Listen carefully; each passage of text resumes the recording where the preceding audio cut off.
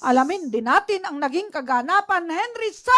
Opo, sa free dental services ng PAO at De Ocampo Memorial College of Dentistry sa Camp Karingal.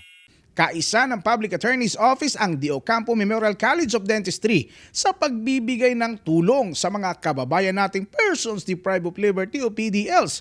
Katunayan nito, kasama silang nagkaloob ng libreng serbisyong dental sa idinao sa PAO Legal Medical Dental Optical Jail Visitation and Decongestion Program sa Quezon City Jail Female Dormitory sa Camp Karingal na pinangunahan ng ating hepe, PAO Chief Persida Acosta.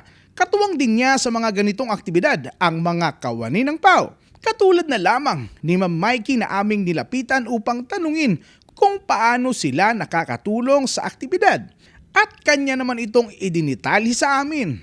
Yung mga ginamit po nila, Doc, inuhugasan po sila sanitize. Sanitation and then sabon and then 2 banlaw po. Tapos tutuyuin po. Tapos ibabalik na po sa mga dentist.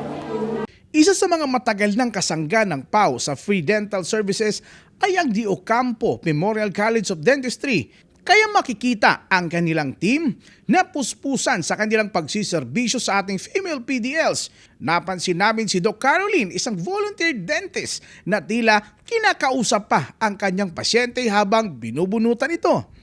Yung sira na yung ngipin, pudpud na, so pinatanggal na niya kasi sumasakit na. Kasi ramdam ko ninenervyo siya kasi tatakot siya pag tinanggal.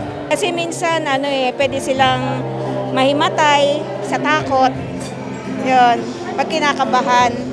May bili naman si Doc Caroline sa mga bagong bunot pa lamang. Usually, bawal kumain o uminom ng mainit. Dapat malamig lang. Bawal kasi magtrabaho ng mabigat. Inom lang ng gamot. Lahat ng pinrescribe namin na gamot, inumin nila.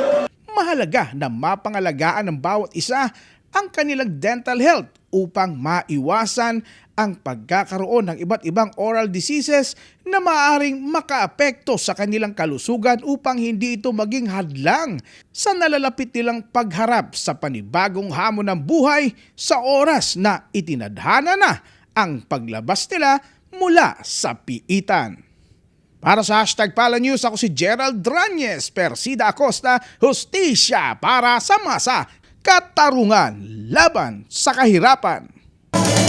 Persida Acosta, abogado ng masa. Persida Acosta, lingkod ng bayan. Persida may takot sa Diyos. Nagmamalasakit sa kapwa. Persida